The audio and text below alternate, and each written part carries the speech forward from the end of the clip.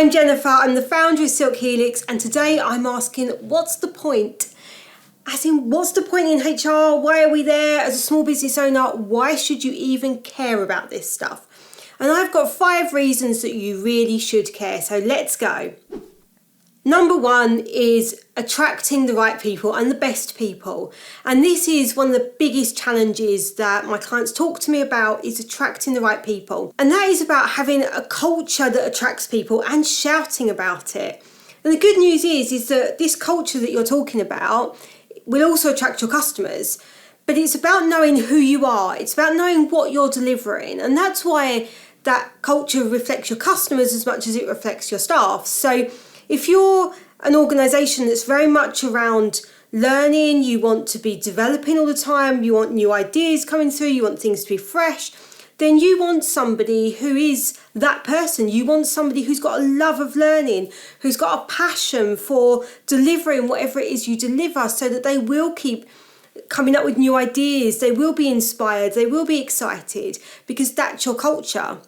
If you're running a library, then you're going to want somebody who is able to be quiet and kind of gentle in the way that they talk to people, interact with people. You're not necessarily going to want that bright, bubbly person that wants to have a laugh and a joke with everyone that comes to the door. The pub down the road will suit that person better. And these are just a few sort of really kind of obvious and a little bit probably stereotypical examples. A lot of the time it is much more subtle than that. But when you know your culture, you know what it is that you're delivering, you know what you need of your people, you know who you are, what you stand for, what your values are, you're going to shout about it, you're going to want to talk about it, you're going to be able to talk about it, and then you're going to attract the right people into your business. Number 2 then is making sure your culture retains people. And that is that this culture that you've talked about and you've attracted customers with, you've attracted your staff with, that you actually live up to it. That is the culture you're delivering, it's the culture that they're experiencing within it. And very often what we find is that when somebody comes into a business and they experience something really different to what they're expecting, or perhaps the manager that they've got just isn't on board with the culture of the company, that's when people will move on fairly quickly. Now that can be really obvious. I've had a few clients I've worked with where they end up with a bit of a pattern of people sort of leaving at lunchtime on the first day, never coming back again. That's a definite sign something's going wrong in the mismatch between what you're attracting and what you're delivering, and that people are spotting it really quickly.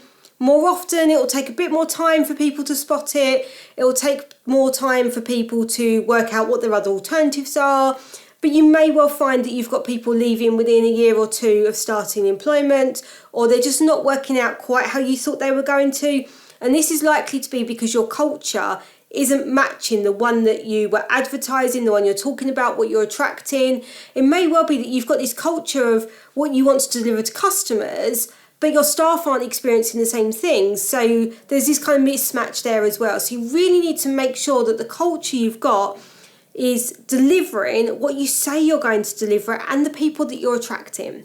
Okay, and number 3, and this is where it starts to really build on that and get really crucial for your business, and that is that you are not just retaining people, but you are retaining people performing at their best. Now this means you've got all that culture stuff, so you've got the right people coming in, you're retaining the right people, they know what to deliver to your customers, but also that they know what's expected of them. You've got really clear expectations, that they've got the resources, the tools, the equipment to be able to achieve that they're given the right support to achieve, they want to achieve because of that culture. But crucially, they really know what achievement means. They know what good looks like. They know what's expected of them. And you're feeding back. So when they're hitting the mark, you're making that really clear. You're telling them about it. You're thanking them. When they're not, you're also feeding back. You're telling them where it's going wrong. You're giving them support, training to be able to get there. And if people really aren't the right person for you, you're dealing with that. One of the quickest ways to destroy your culture, to lose the best people or get people not performing, is to not deal with those who are underperforming.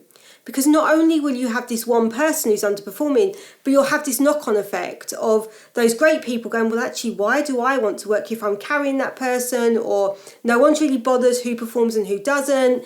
And it just dulls down the culture and makes people want to leave. Number 4 then is all about money, and getting the HR bit right will save you money.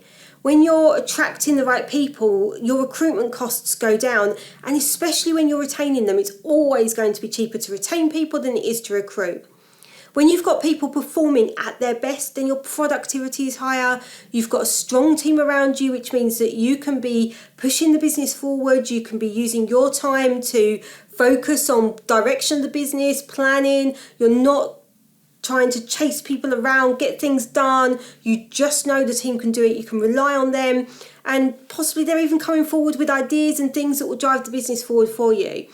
All of those things financially are hugely beneficial. So get that recruitment right, get the right people in, you will save money and you will be more productive, more profitable. Then not only that, but when you've got things right, you can also save money when things go wrong. So let's look at, as an example, training agreements. If we've got somebody that we send on training, we may spend a few £1,000s putting them through a course, upskilling them, which means this is going to be a benefit to the business. And then they leave really soon after. You've lost all your benefit and you've lost the thousands of pounds that you've just spent on that training.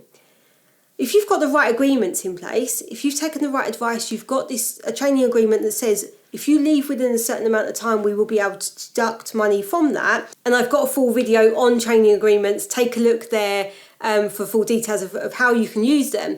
But you will be able to deduct the cost of that training.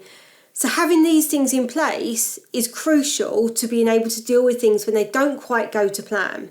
Another area will save you money is reducing sickness absence. We all know that absence is costly, has an impact on the business, has an impact on the rest of the team. So when we can reduce that, that has a huge benefit, both cost-wise and in terms of just getting the best out of people and improving productivity. And number 5 is legal compliance. Now I put this at number 5 because nobody goes into business for compliance. But when you get the compliance right, it has a huge impact across everything else. People these days know what their rights are, they know what they're entitled to, the information is out there. So when we get that right, we get that message across that we're a good employer, we get the message across that we care about people. That has an impact in terms of recruitment and retention, all of the things we've talked about in terms of culture, all comes from that basis of getting your legal compliance right. When you send out an employment contract, you set the right foundations, which means that people know what's expected of them and what they'll get in return for that. In addition, you'll keep out of employment tribunals. In my experience, most small business owners don't want to treat people badly. They just don't know what the legal requirements are, and something that feels fair as a business owner might not be fair in terms of the definitions legally, and might not fit with legal entitlements. So it can be really easy to make mistakes and fall foul of employment law when you just didn't mean to. So getting the right advice, making sure that you've got your compliance right is really important. Employment tribunals are costly. Firstly, if you do lose them and you end up paying out compensation, that can be huge. But even if you win, there can be huge costs, not only financially, but also just the time stress of dealing with an employment tribunal, which is taking away the focus from being able to grow, develop your business and really focus on what you really should be. So that's it. That's my 5 reasons why HR really is important to a small business. If you've got any thoughts, perhaps you've got any more examples, pop them in the comments below, or any questions, I will do my best to answer every single one. And if you're enjoying my videos, don't forget to hit that subscribe and the notification bell.